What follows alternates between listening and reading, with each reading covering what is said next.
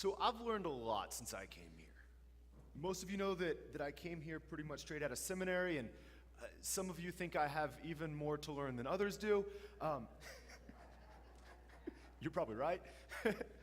but I came here from Kansas City. And growing up in Kansas, I thought that even though I was kind of a city boy, that I knew a few things about farming, right?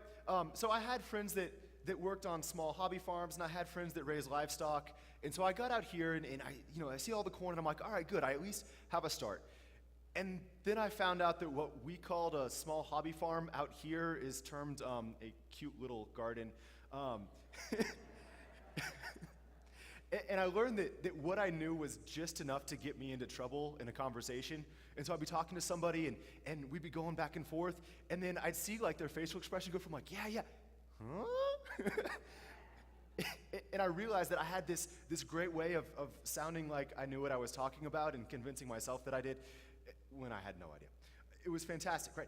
And I think for me, the biggest thing to adapt to was noticing the difference between dry land and irrigated corn. Because I'd be driving down the highway and I'd see dry land corn, and it was kind of a tough year, so it'd be kind of brown and a little tough, and then right next to it there'd be this huge patch of like green. Right? And so you'd have one patch that's barely making it, and next to it is this patch that's got like 12 ears of corn on each stalk, and there's like ears coming off the ears, and you're like, what's happening? Right? It was this huge observable difference. And at first, I could kind of figure out some of the things. Like, I'd see the big sprinkler towers. I'm like, oh, I get what's different. But then I had a problem because I saw a field that was green and lush, but it didn't have the sprinklers.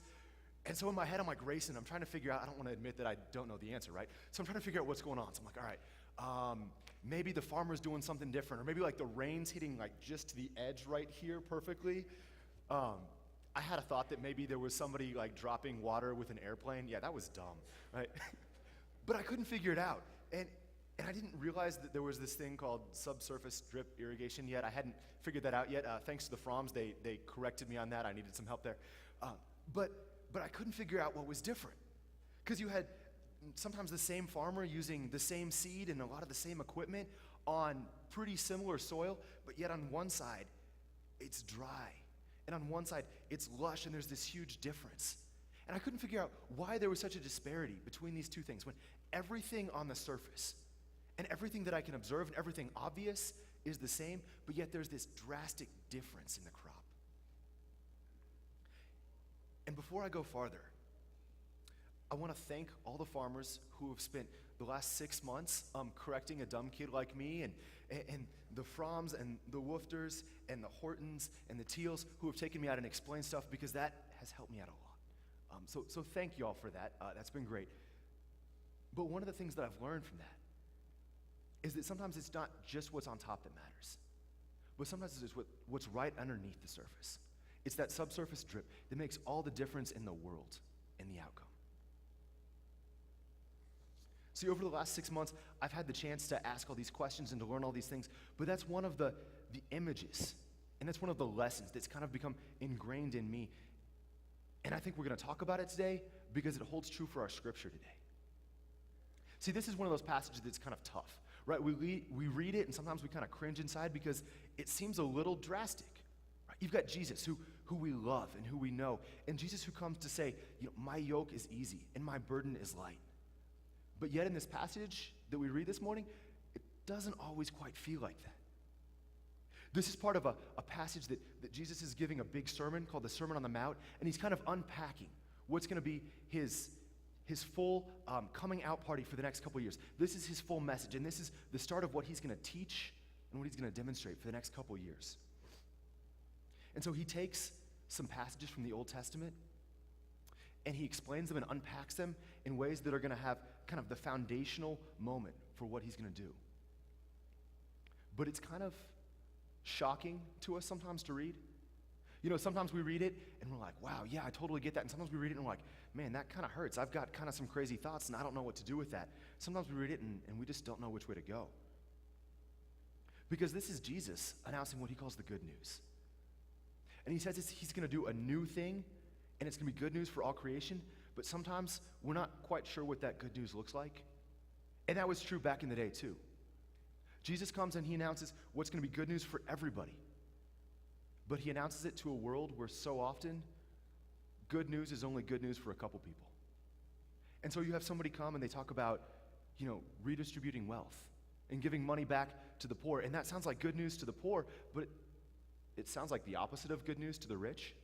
And so you have a world where people are used to hearing good news, but it's only good news for a small population. And this is Jesus coming and saying, I'm going to have good news for everybody. And so we hear that, and we match that up with these words that Jesus is saying, and there's kind of this moment where we've got to think about it. And we've got to figure it out. Because at surface value, it feels like Jesus is turning up the heat on a couple passages. He takes a couple passages like, you shall not murder, and you shall not commit adultery. Passages that we read in the Old Testament, passages that we read in the Ten Commandments.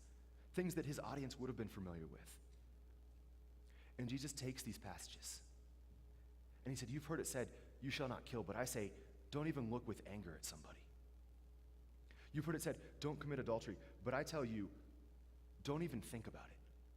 We talked a little bit about the role that thoughts have in guiding our actions last week, so I'm not going to recap that too much. But at surface value, it seems like this is making things tougher. At surface value, it seems like this is not an easy yoke. This is not a light burden.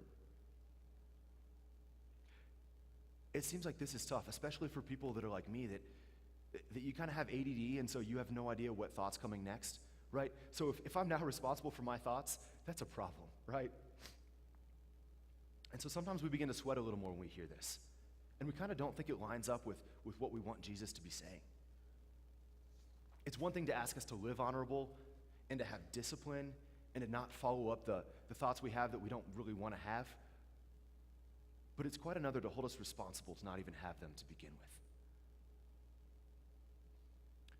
I think sometimes it's tempting to read these words about controlling our thoughts and to sigh and just add that to the long list of things that we need to do. To just kind of resign ourselves towards the fact that we have another project that we need to take on, that we have another discipline that we need to adapt. I think sometimes it becomes this ever-mounting list of things that we feel responsible for. And this difficult, hyper-restrictive view of sin falls into what this theologian Dallas Willard calls the gospel of sin management, where the one thing that we find is most important in our Christian faith is managing sin. It's avoiding sin. It's trying not to sin, and it's trying to find forgiveness when we do sin. And sometimes that can become kind of our picture of Christianity. We find people that and sometimes I've been there, where our focus and our sole goal is to avoid doing what we think is wrong. And so that becomes kind of our daily obsession. And so we make lists of what we shouldn't do, and we find things that we struggle with, we find thoughts that we have that we don't want to have, and we spend everything we can trying to capture those. Or on a bigger scale, we find the things that are wrong in our world, and we pour everything we have into fighting those. And those are good things. I think it's important to do our best to live lives that we find fall in line with what we believe. And I think it's critical to pour everything we have into fighting against the big structural evils in our world. But I want to offer a slight alternative today. I want to offer an alternative to this gospel of sin management, and it works like this. It works like this. It works like Jesus told us to avoid even thinking about sin, not just because we need another thing to worry about, or not just because we need another thing to be held accountable for, but because Jesus knew that the more we think about sin, the more we're tempted to sin, and the more likely we are to sin. And that Jesus knew that these thoughts that lead us to sin have no place in a perfect world. And the goal here is not about shame, but it's about progress. It's about moving towards this will and this life that God has in store for us. It's not about to get rid of the evil thoughts because we need another thing that we do wrong, but it's about getting rid of the evil thoughts because we want to live right, because we want to live this life that God has in plan for us. John Wesley, who founded the Methodist movement, many of you are familiar with his name, he called this sanctification. It was this process of constantly, daily moving more and more towards perfection. He said that we don't avoid what is wrong just because it's wrong. We don't avoid what's evil just because it's evil. But we do it because we're meant to live different. Because God built us to live differently, and God built us to live perfectly in harmony with God and with those around us, and even inside our own selves. And so the gospel of sanctification looks a little different. It says that our intentions behind things, that what's under the surface is just a little bit different. But sometimes that has a drastic impact on what's on top. See, I think sanctification takes a long haul view of what holiness is. It says that we need to get our actions right and what we do right, but that we need to start with what's up here in our heads and here in our hearts. Because Wesley and Jesus both knew that what flows out of our hands comes from what's residing in our hearts. And I think when we have this, we have a different view of God as well. See, I think the gospel of sin management and the gospel of sanctification both stem from a slightly different view of God. And I think the key difference is hope. On one side, we're trying not to mess up. And on the other side, we're knowing that even when we do, that God restores us, but that God helps us to fall forward and to lean forward and to grow from our mistakes. But that when we do, that God's drawing us closer to himself. See, I've lived that gospel of sin management where everything is about not making a mistake. And when we're so focused on not screwing up, that it dominates our thoughts. And for me and for many of us, the dark side is that it becomes a little hopeless after a while. Because we become so concerned with not making a mistake that when we do, we feel guilty and we feel broken. And we feel like we've let God down, and so we actually end up drawing away from God. We move away from the one thing that we need most at that moment. When all of what we think the gospel is all about not making mistakes, then we forget the reason that we follow God in the first place. And we take a loving God who we want to follow, and we end up breaking that a little bit as we withdraw and as we pull away from God because we're ashamed, or we feel guilty, or we're scared. The alternative to that is the gospel of sanctification, where we realize that even when stuff happens, not only does God still love us, but that God has a better plan for us, and that God's going to be renewing us. And that even when we mess up, that God's going to forgive us, but God's going to reform us. God's going to change us. God's going to transform us into something new and beautiful. And that changes our relationship with God, not from one of fear, but from one where even when we're at our most broken and vulnerable, that we run to God, that we want to spend time with God, that there's no shame, there's no dividing wall, but there's this deep, abiding love and connection. I think the best way to tell which of our gospels is stuck in our head is to look at which way we run when things get tough, which way we run when we make a mistake. Do we try to hide because we're ashamed and we're worried that God's mad at us? Or do we run to God and we ask forgiveness and we're sorrowful, but we also recognize that God loves us? I think the gospel of sin management comes from some of the best of intentions. I've been there and I've got tons of friends who are there, and these are people who love God and they want to follow God. But over the long run, it starts to poison that relationship. Because they get caught up in sin and fear, and they worry that God's going to be furious with them if they mess up. And over the long haul, they begin to lose that love they had at the beginning. I want to challenge you to remember this. That God is not just some judgmental, vindictive force who's creating rules so that we'll have a higher standard to live to, but rather one who's creating structure and boundaries so that we'll live into a more perfect life, that we'll live the way that God intended us to live in the beginning.